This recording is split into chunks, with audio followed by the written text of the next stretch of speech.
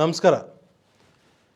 President Donald Trump ಅನ್ನೋರು US ಎಲೆಕ್ಷನ್ನಲ್ಲಿ ಗೆದ್ದ ಮೇಲೆ ನಮ್ಮ ಮಾರ್ಕೆಟ್ ಅದೇ ನಿಫ್ಟಿ ಯಾಕೆ 1%ಗಿಂತ ಜಾಸ್ತಿ ಡೌನ್ ಬಂತು ಅಂತ ಈ ಪ್ರಶ್ನೆ ಒಬ್ಬರು ನನ್ನ ಕೇಳಿದ್ದಾರೆ.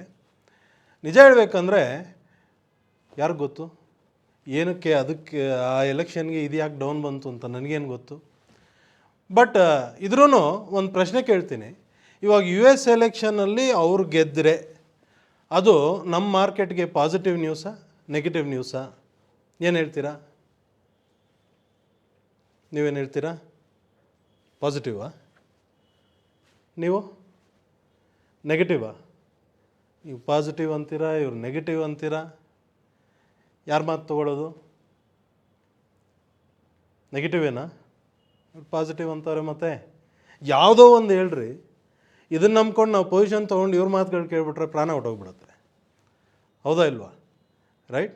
ಸೊ ಈ ಪ್ರಶ್ನೆಗೆ ಕರೆಕ್ಟಾಗಿ ನೀವು ಕ್ಲಾರಿಟಿ ತೊಗೋಬೇಕು ಅಂದರೆ ಪ್ರೈಸ್ ಮೂಮೆಂಟ್ ಏನಾಯಿತು, ನೀವು ನಿಫ್ಟಿ ಅಂತ ಕೇಳಿರೋದ್ರಿಂದ ನಿಫ್ಟಿಯಲ್ಲಿ ಪ್ರೈಸ್ ಮೂಮೆಂಟ್ ಏನಾಯಿತು, ಏನಕ್ಕಾಯಿತು, ಯಾವತ್ತಾಯಿತು ಅನ್ನೋ ಡೀಟೇಲ್ನ ನಾವು ಅಬ್ಸರ್ವ್ ಮಾಡ್ಕೊಂಬಂದರೆ ಮೇ ಬಿ ನೀವು ಕೇಳಿರೋ ಪ್ರಶ್ನೆಗೆ ಒಂದು ಸ್ಪಷ್ಟವಾದ ಏನದು ಒಂದು ಕ್ಲಾರಿಟಿ ಸಿಗ್ಬೋದು ನಿಮಗೆ. ಓಕೆ, ನಾವು ನಾರ್ಮಲಿ ನಾವಾಗಲಿ ನಮ್ಮ ಡೈನಮಿಕ್ ಮೆಂಬರ್ಸ್ ಆಗಲಿ ಏನು ಮಾಡ್ತೀವಿ ಅಂದರೆ ನಾವು ಡೈನಮಿಕ್ ಸಿಸ್ಟಮ್, ಡೈನಮಿಕ್ ಲೈವ್ ಬಿಟ್ಟು ಬೇರೆ ಏನೂ ಎಕ್ಸ್ಟ್ರಾ ನೋಡೋದಿಲ್ಲ. ನ್ಯೂಸು ನೋಡಲ್ಲ, ಇನ್ನೊಬ್ಬರು ಮಾತು ಕೇಳಲ್ಲ. ಓಕೆ, ಅವ್ರ ಒಪಿನಿಯನ್ಗಳು ನಮಗೆ ಬೇಡ ಅಲ್ವಾ, ನಮ್ಮ ಒಪಿನಿಯನ್ ಅವ್ರಿಗೂ ಬೇಡ. ಸೊ ಹಾಗಾಗಿ ಆ ಸಿಸ್ಟಮ್ ಏನು ಹೇಳುತ್ತೆ ಅದ್ರ ಪಾಟಿಗೆ ಫಾಲೋ ಮಾಡ್ಕೊಂಡು ಸುಮ್ಮನೆ ಫಾಲೋ ಮಾಡ್ಕೊಂಡು ಹೋಗ್ತೀವಿ. ಸೊ ನಿಫ್ಟಿ ಪ್ರೈಸ್ ಮೂಮೆಂಟ್ನ ಫಸ್ಟ್ ಅರ್ಥ ಮಾಡ್ಕೊಳ್ಳೋಣ. ಸೊ US ಎಲೆಕ್ಷನ್ ರಿಸಲ್ಟ್ ಯಾವ ದಿವಸ ಇತ್ತು ನಿಮ್ಗೆ ಕರೆಕ್ಟಾಗಿ ಗೊತ್ತಾ? ಅಂದರೆ ಆ ರಿಸಲ್ಟ್ ಅನೌನ್ಸ್ಮೆಂಟ್ ಯಾವಾಗಿತ್ತು? ಯಾವಾಗ? 6ನೇ ತಾರೀಕಾ? 7ನೇ ತಾರೀಕಾ? ಡೇಟೇ ಸರಿಯಾಗಿ ಗೊತ್ತಿಲ್ವಾ? ಸರಿ ಆಯಿತು ಕೆಲಸ. ಓಕೆ, ಏನೋ ಒಂದು ಕೊನೆಯಲ್ಲಿ ಈ ರಿಸಲ್ಟ್ ಏನೇ ಒಂದಿರಲಿ ಅದು ಯಾವತ್ತು ಅನೌನ್ಸ್ ಆಯಿತೋ ಅದಕ್ಕೆ ಮುಂಚೆ ನಡೆದಿರೋಂಥ ಪ್ರೈಸ್ ಮೂಮೆಂಟ್ನ ಮೊದಲು ಅರ್ಥ ಮಾಡ್ಕೊಳ್ಳೋಣ. 4th ನವಂಬರ್ 2024, 4th ನವಂಬರ್ ದಿವಸ ಏನಾಯಿತು ನಿಫ್ಟಿ ಪ್ರೈಸ್ ಅಂದರೆ, ಪ್ರೈಸ್ ಓಪನ್ ಆಗಿ ಒಂದು 24,300 ರೇಂಜಲ್ಲಿ ಓಪನ್ ಆಗಿ ಅಲ್ಲಿಂದ ಕಂಟಿನ್ಯೂಸ್ ಡೌನ್ ಬರೋಕ್ಕೆ ಸ್ಟಾರ್ಟ್ ಆಗೋಯ್ತು.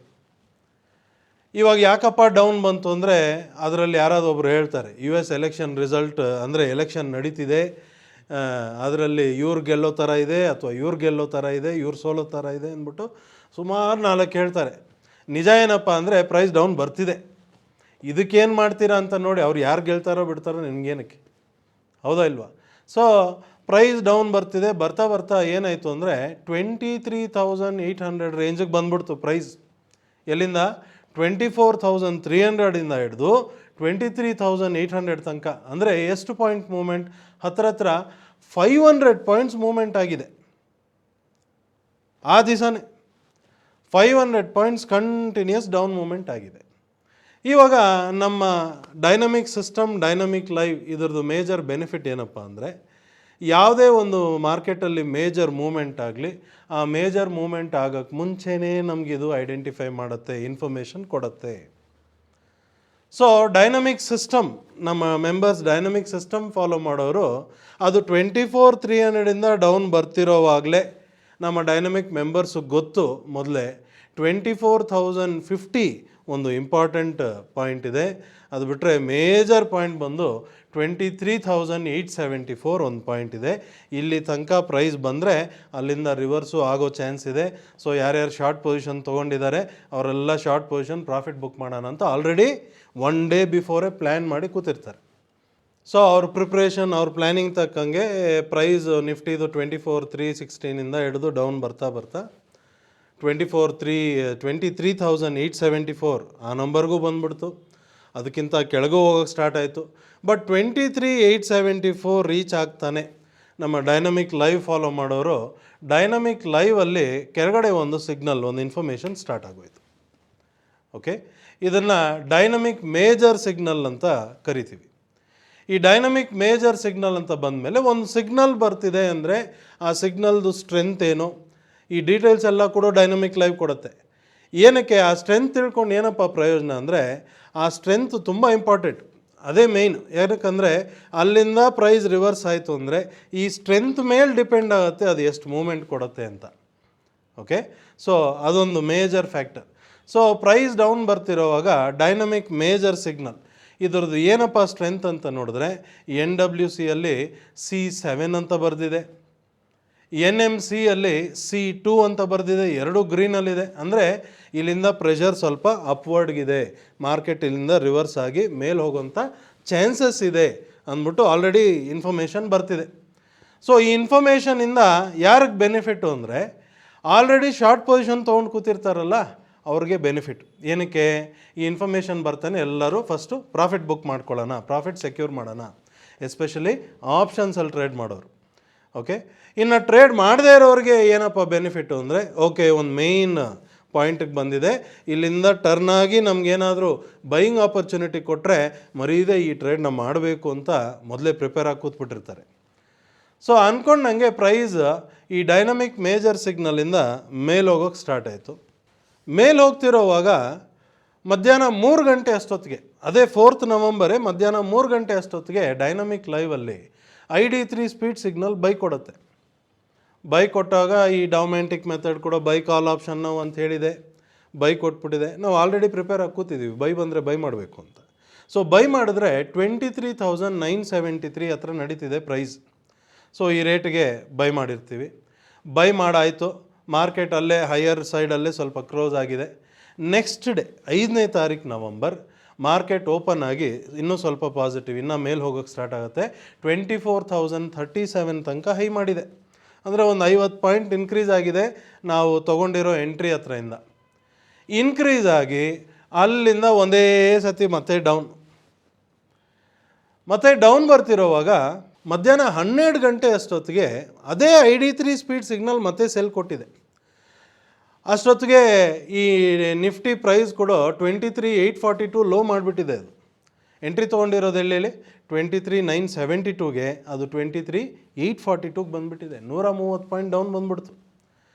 ಇವಾಗ ನಮ್ಮ dynamic super power trading workshop, ಯಾಕಂದರೆ ಡೈನಮಿಕ್ ಲೈವ್ ಆಗಲಿ ಡೈನಮಿಕ್ ಸಿಸ್ಟಮ್ ಆಗಲಿ ನೀವು ಯಾವುದೇ ಸಾಫ್ಟ್ವೇರ್ ಇದು ಎರಡರಲ್ಲಿ ನೀವು ಯಾವುದೇ ಸಬ್ಸ್ಕ್ರೈಬ್ ಮಾಡ್ಕೊಂಡಿದ್ರೆ ಕಂಪಲ್ಸರಿ ನೀವೆಲ್ಲರೂ ಟ್ರೈನಿಂಗ್ ಅಟೆಂಡ್ ಮಾಡಬೇಕು. ಆ ಟ್ರೈನಿಂಗ್ನೇ ನಾವು dynamic super power trading workshop ಅಂತ ಕರಿತೀವಿ. 2 ದಿವಸ ಟ್ರೈನಿಂಗ್ ಇರುತ್ತೆ, ಆನ್ಲೈನು ಮಾಡ್ತೀವಿ ಆಫ್ಲೈನು ಮಾಡ್ತೀವಿ, ಅದೆಲ್ಲ ಸಪ್ರೇಟ್ ಬಿಟ್ಬಿಡಿ. ಸೊ ಆ ಟ್ರೈನಿಂಗ್ ಪ್ರಕಾರ ಕೆಳಗಡೆ ಆಲ್ರೆಡಿ ಒಂದು ಡೈನಮಿಕ್ ಮೇಜರ್ ಸಿಗ್ನಲ್ ಇದೆ, ಅಲ್ಲಿಂದ ಪ್ರೈಸ್ ಮೇಲೋಗಿ ಮತ್ತೆ ಡೌನ್ ಬಂದು ಅಲ್ಲಿ ಸೆಲ್ ಸಿಗ್ನಲ್ ಬರುವಾಗ ಅಲ್ಲಿ ಸ್ವಲ್ಪ ಹುಷಾರಾಗಿರಿ. ಕ್ಲಿಯರ್ ಸೆಲ್ ಸಿಗ್ನಲ್ ಇದೆಯಾ ಅಂತ ಚೆಕ್ ಮಾಡಿ, ಇದ್ದರೆ ಮಾಡಿ, ಕ್ಲಿಯರ್ ಸೆಲ್ ಸಿಗ್ನಲ್ ಇಲ್ಲ ಅಂದರೆ ಸೆಲ್ ಮಾಡಬೇಡಿ ಅಂತ ಟ್ರೈನಿಂಗಲ್ಲಿ ಹೇಳಿರ್ತೀವಿ. ಸೊ ಅದರ ಪ್ರಕಾರ ಇಲ್ಲಿ 12 ಗಂಟೆ 5ನೇ ತಾರೀಕಿಗೆ ಸೆಲ್ ಸಿಗ್ನಲ್ ಬಂದಾಗ ಅದೇ ಟೈಮ್ಗೆ ಇದೇ ಡೈನಮಿಕ್ ಲೈವ್ ID1ನಲ್ಲಿ ಕೆಳಗಡೆ ಕಂಟಿನ್ಯೂಸ್ ಆಗಿ ಜಿಗ್ಜ್ಯಾಗ್ ಸಿಗ್ನಲ್ಸ್ ಬರ್ತಿದೆ, ಜಿಗ್ಜ್ಯಾಗ್ ಬೈ ಸಿಗ್ನಲ್ಸ್ ಕೆಳಗಡೆ. ಅಂದರೆ ಪ್ರೈಸ್ ಇಲ್ಲಿಂದ ರಿವರ್ಸ್ ಆಗ್ಬೋದು ಅಂತ. ಜಿಗ್ಜ್ಯಾಗ್ ಬೈ ಸಿಗ್ನಲ್ಸ್ ಅಂದರೆ ತಿರ್ಗಾ ಮೇಲೆ ಹೋಗ್ಬೋದು ಅಂತ ಅರ್ಥ. ಸೊ ಸೆಲ್ ಸಿಗ್ನಲು ಬಂದಿದೆ, ಅದ್ರ ಜೊತೆಯಲ್ಲಿ ಕೆಳಗಡೆ ಜಿಗ್ಜ್ಯಾಗ್ ಬೈ ಸಿಗ್ನಲು ಇದೆ. ಅಂದರೆ ಈ ಸೆಲ್ ಸಿಗ್ನಲ್ ಅಷ್ಟು ಕ್ಲಿಯರ್ ಇಲ್ಲ, ಹಾಗಾಗಿ ಇಲ್ಲಿ ಸೆಲ್ ಮಾಡೋದು ಬೇಡ ಅನ್ನೋದೇ ಸಿಂಪಲ್ ಡಿಸಿಷನ್ ಅಷ್ಟೇ. ಸೆಲ್ ಮಾಡೋದೇ ಬೇಡ ಅಂದರೆ ಪ್ರೀವಿಯಸ್ ಆಗಿ ಬೈ ಮಾಡಿರೋದನ್ನ ಯಾಕೆ ಎಕ್ಸಿಟ್ ಮಾಡಬೇಕು? ಅದನ್ನು ಎಕ್ಸಿಟ್ ಮಾಡೋದು ಬೇಡ, ಹಾಗೆ ಸುಮ್ಮನೆ ಹೋಲ್ಡ್ ಮಾಡಿಟ್ಕೊಳ್ಳೋಣ ಅಂತ ಹೋಲ್ಡ್ ಮಾಡಿರ್ತೀವಿ. ಅಲ್ಲಿಂದ ಏನಾಯಿತು, ಅಲ್ಲಿಂದ ಒಂದೇ ಏಟಿಗೆ ಪ್ರೈಸ್ ಮತ್ತೆ ಮೇಲೆ ಹೋಗೋಕ್ಕೆ ಸ್ಟಾರ್ಟ್ ಆಗೋಯ್ತು.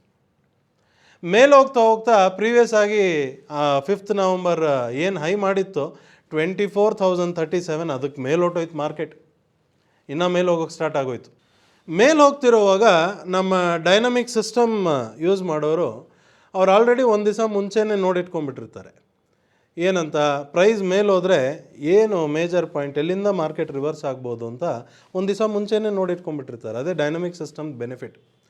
ಸೊ ಅದರಲ್ಲಿ 5ನೇ ತಾರೀಕು ಮಾರ್ಕೆಟ್ ಮುಗಿದ ಮೇಲೆ ನೋಡಿದಾಗ 24,520 ಮೇಲ್ಗಡೆ ಅಲ್ಲಿ ತನಕ ಪ್ರೈಸ್ ಬಂದರೆ ಹುಷಾರು, ಅಲ್ಲಿಂದ ಟರ್ನ್ ಆಗ್ಬೋದು ಅಂತ ಅರ್ಥ.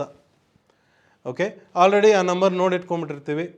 ಸೊ 6ನೇ ತಾರೀಕು ಮಾರ್ಕೆಟ್ ಓಪನ್ ಆದಮೇಲೆ ಏನಾಯಿತು, ಪ್ರೈಸ್ ಮತ್ತೆ ಮೇಲೆ ಹೋಗೋಕ್ಕೆ ಸ್ಟಾರ್ಟ್ ಆಯಿತು. ಮೇಲೆ ಹೋಗ್ತಾ ಹೋಗ್ತಾ 24,537 ತನಕ ಮೇಲೆ ಹೋಗಿದೆ. ಸೊ ಅಷ್ಟು ಹೈ ಮಾಡಿ ಅಲ್ಲಿಂದ ಪ್ರೈಸ್ ಸ್ವಲ್ಪ ಡೌನ್ ಬಂದು 24,484ಗೆ ಮಾರ್ಕೆಟ್ ಕ್ಲೋಸ್ ಆಯಿತು. ಸೊ ನಮ್ಮ ಡೈನಮಿಕ್ ಮೆಂಬರ್ಸ್ ಏನು ಮಾಡ್ತಾರೆ ಅಂದರೆ 24,520 ತನಕ ಬಂದಿದೆ, ಟರ್ನಿಂಗ್ ಪಾಯಿಂಟಿಗೆ ಬಂದಿದೆ, ಅದ್ರ ಮೇಲೆ ಕ್ಲೋಸ್ ಆಗಿದ್ರೆ ಇನ್ನೂ ಮೇಲೆ ಹೋಗುತ್ತೆ ಅಂತ ಡಿಸೈಡ್ ಆಗಿಬಿಟ್ಟಿರೋರು. ಅದ್ರ ಕೆಳಗೆ ಕ್ಲೋಸ್ ಆಗಿರೋದ್ರಿಂದ ಇದು ಯಾಕೋ ಇಲ್ಲಿಂದ ಮತ್ತೆ ಟರ್ನ್ ಆಗೋ ಥರ ಇದೆ, ಬೇಗ ಲಾಂಗ್ ಪೊಸಿಷನ್ ತೊಗೊಂಡಿರೋರೆಲ್ಲ ಈ ಟಾಪಲ್ಲೇ ಎಕ್ಸಿಟ್ ಮಾಡ್ಕೊಂಬಿಡೋಣ ಅಂತ ಪ್ರಿಪೇರ್ ಆಗಿಬಿಟ್ಟಿರೋರು. ಇದೇ ಡೈನಮಿಕ್ ಲೈವಲ್ಲಿ ಪ್ರೈಸ್ ಮೇಲೆ ಹೋಗ್ತಿರೋವಾಗ ಇಂಟ್ರಾ ವೀಕಲ್ಲಿ ಬೈ ಲಾಂಗ್ ಆ್ಯಕ್ಟ್ ನಾವು ಅಂತ ಸಿಗ್ನಲ್ಲು ಬಂದ್ಬಿಡ್ತು. ಆ ಸಿಗ್ನಲ್ ಬಂದಾಗಲೇ ಇದು 24,537 ಹೈ ಮಾಡ್ತಿದೆ. ಬಟ್ ಬೈ ಸಿಗ್ನಲ್ ಜೊತೇಲಿ ಒಂದು ಡೈನಮಿಕ್ ಸಿಗ್ನಲ್ಲು ಟಾಪಲ್ಲಿ ಬಂದಿದೆ. ಇದ್ರದ್ದು ಸ್ಟ್ರೆಂತ್ ಏನಪ್ಪ ಅಂತ ನೋಡಿದ್ರೆ NDCಯಲ್ಲಿ C3 C4 ಬರೆದಿದೆ ರೆಡ್ ಕಲರ್, ಅಂದರೆ ಪ್ರೆಷರ್ ಇವಾಗ ಡೌನ್ವರ್ಡ್ಗಿದೆ, ಇಲ್ಲಿಂದ ಪ್ರೈಸ್ ಟರ್ನ್ ಆಗ್ಬೋದು, ಹುಷಾರಾಗಿರಿ ಅಂತ ಯಾವಾಗ ಬರ್ತಿದೆ, 6ನೇ ತಾರೀಕು ಮಾರ್ಕೆಟ್ ನಡೀತಿರುವಾಗ. ಸೊ ಅದ್ರ ಜೊತೇಲಿ ಏನಾಗೋಯ್ತು, ಒಂದು ಜಿಗ್ಜ್ಯಾಗ್ ಸಿಗ್ನಲ್ಲು ಕನ್ಫರ್ಮ್ ಆಗೋಯ್ತು, ಜಿಗ್ಜ್ಯಾಗ್ ಸೆಲ್ ಸಿಗ್ನಲ್. ಈ ಜಿಗ್ಜ್ಯಾಗ್ ಸೆಲ್ ಸಿಗ್ನಲ್ ಕನ್ಫರ್ಮ್ ಆಗ್ತಾನೆ ಮುಗೀತಿದ್ದು, ಇಲ್ಲಿಂದ ಟರ್ನ್ ಆಗೋ ಥರನೇ ಇದೆ. ಇನ್ನು ಲಾಂಗ್ ಪೊಸಿಷನ್ ಇರೋರೆಲ್ಲ ಎಕ್ಸಿಟ್ ಮಾಡಿ, ಪೊಸಿಷನ್ ಎಕ್ಸಿಟ್ ಮಾಡಿ. ಸ್ವಲ್ಪ ಜನ ಈ ಡೈನಮಿಕ್ ಸಿಸ್ಟಮ್ನ ಯೂಸ್ ಮಾಡಿರೋರು, ಎಕ್ಸ್ಪೀರಿಯನ್ಸ್ ಆಗಿರೋರು ಏನು ಮಾಡ್ತಾರೆ, ಎಕ್ಸಿಟ್ ಮಾತ್ರ ಅಲ್ಲ, ಅಲ್ಲೇ ರಿವರ್ಸ್, ಅಲ್ಲೇ ಶಾರ್ಟ್ ಪೊಸಿಷನು ತೊಗೊಂಡಿರೋರು ಅಥವಾ ಆಪ್ಷನ್ಸ್ ಮಾಡೋರು ಅಲ್ಲೇ ಪುಟ್ ಆಪ್ಷನು ಬೈ ಮಾಡಿಬಿಟ್ಟಿರೋರು. ಓಕೆ, ಸೊ ಅದಾದಮೇಲೆ ಏನಾಯಿತು, 7ನೇ ತಾರೀಕು ಬೆಳಗ್ಗೆ ಮಾರ್ಕೆಟ್ ಓಪನ್ ಆದಮೇಲೆ ಪ್ರೈಸು ಓಪನಿಂಗಲ್ಲೇ ಸ್ವಲ್ಪ ಗ್ಯಾಪ್ ಡೌನ್, 24,440 ಹತ್ರ gap down, 40-50 point gap down open ಆಗಿ ಅಲ್ಲಿಂದ ಡೌನ್ ಬರೋಕ್ಕೆ ಸ್ಟಾರ್ಟ್ ಆಗುತ್ತೆ. ಡೌನ್ ಬರ್ತಿರೋವಾಗ ID1 ಲಾಂಗ್ ಆಗಲಿ ID3 ಸ್ಪೀಡ್ ಸಿಗ್ನಲ್ ಆಗಲಿ ಕೊನೆಯಲ್ಲಿ ಸೆಲ್ ಸಿಗ್ನಲ್ ಕನ್ಫರ್ಮ್ ಮಾಡಿಬಿಡ್ತು. ಶಾರ್ಟ್ ಪೊಸಿಷನ್ ತೊಗೊಂಬಿಟ್ಟಿರ್ತಾರೆ ನಮ್ಮ ಮೆಂಬರ್ಸ್, ಅಲ್ಲಿ ಶಾರ್ಟ್ ತೊಗೊಂಡಾದ್ಮೇಲೆ ಅಲ್ಲಿಂದ 24,179 ತನಕನೂ ಲೋ ಬಂದ್ಬಿಡ್ತದೆ. ಓಕೆ, ಸೊ ಶಾರ್ಟ್ ತೊಗೊಂಡಿರೋರಿಗೆ ಮೋರ್ ದ್ಯಾನ್ 200 ಪಾಯಿಂಟ್ಸ್ ಬೆನಿಫಿಟ್ ಆಗಿಬಿಟ್ಟಿರೋದು. ಯಾವಾಗ 7ನೇ ತಾರೀಕು ಶಾರ್ಟ್ ತೊಗೊಂಡಿದ್ದಿದ್ರೆ, ಅದೇ 6ನೇ ತಾರೀಕು ಆ ಜಿಗ್ಜ್ಯಾಗ್ ಸೆಲ್ ಸಿಗ್ನಲ್ ಬಂದಾಗಲೇ ಶಾರ್ಟ್ ಪೊಸಿಷನ್ ತೊಗೊಂಡಿದ್ದಿದ್ರೆ ಅವ್ರಿಗೆ ಇನ್ನೂ ಜಾಸ್ತಿ ಪ್ರಾಫಿಟ್ ಸಿಕ್ಬಿಟ್ಟಿರೋದು ಈ ಪರ್ಟಿಕ್ಯುಲರ್ ಟ್ರೇಡಲ್ಲಿ.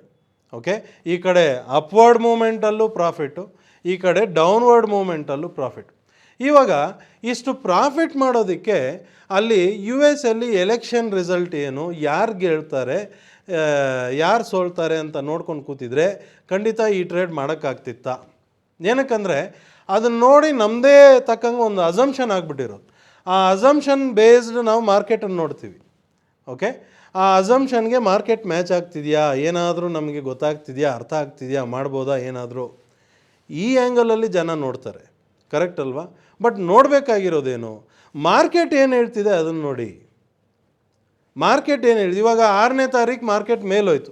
ಮೇಲೋಗೋವಾಗ 6ನೇ ತಾರೀಕು ಮಾರ್ಕೆಟ್ ಮೇಲೋಗೋಕ್ಕೆ ಮುಂಚೆನೇ 5ನೇ ತಾರೀಕು ಸಾಯಂಕಾಲ ಮಾರ್ಕೆಟ್ ಕ್ಲೋಸ್ ಆದಾಗಲೇ ನಮ್ಮ ಡೈನಮಿಕ್ ಮೆಂಬರ್ಸ್ ನೋಡಿಟ್ಕೊಂಡ್ಬಿಟ್ರು, ಮೇಲೋದ್ರೆ 24,520 ಒಂದು ಇಂಪಾರ್ಟೆಂಟ್ ನಂಬರ್, ಅಲ್ಲಿಂದ ಮಾರ್ಕೆಟ್ ಟರ್ನ್ ಆಗ್ಬೋದು ಅಂತ 5ನೇ ತಾರೀಕೆ ನೋಡ್ಕೊಂಡಿದ್ದಾರೆ.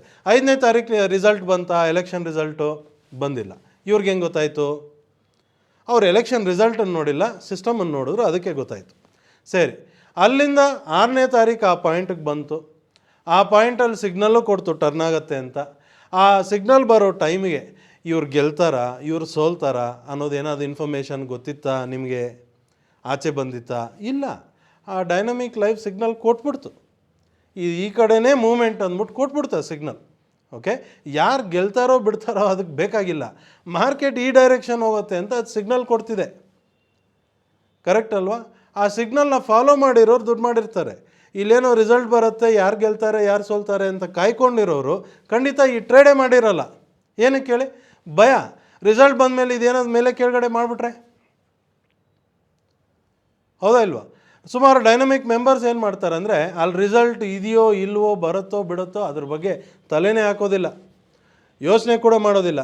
ಹಾಗಾಗಿ ಅವ್ರು ಈ ಟ್ರೇಡ್ ಮಾಡೋಕ್ಕಾಗತ್ತೆ. ಸಿಗ್ನಲ್ ಬಂತು ಟ್ರೇಡ್ ಮಾಡು. ಟ್ರೈನಿಂಗಲ್ಲಿ ಹೇಳಿರೋದೇನು, ಈ ಜಾಗಕ್ಕೆ ಟ್ರೇಡ್ ಮಾಡಬೇಕಾ, ಮಾಡಷ್ಟೇ ಕೆಲಸ.